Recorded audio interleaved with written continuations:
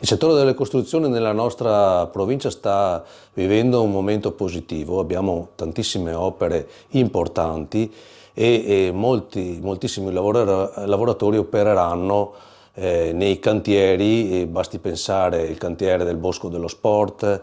della Bretella,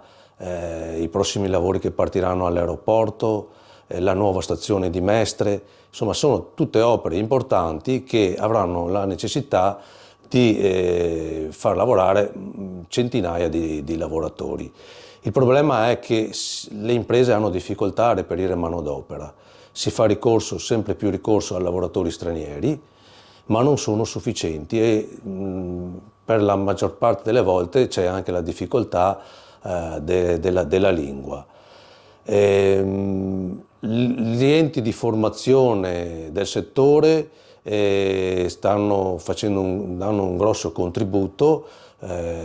per formare appunto i lavoratori e prepararli all'ingresso più formati, più preparati, però bisogna anche tener conto che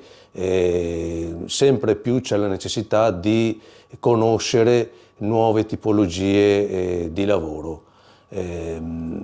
Per far questo c'è bisogno anche della collaborazione delle scuole, degli istituti professionali,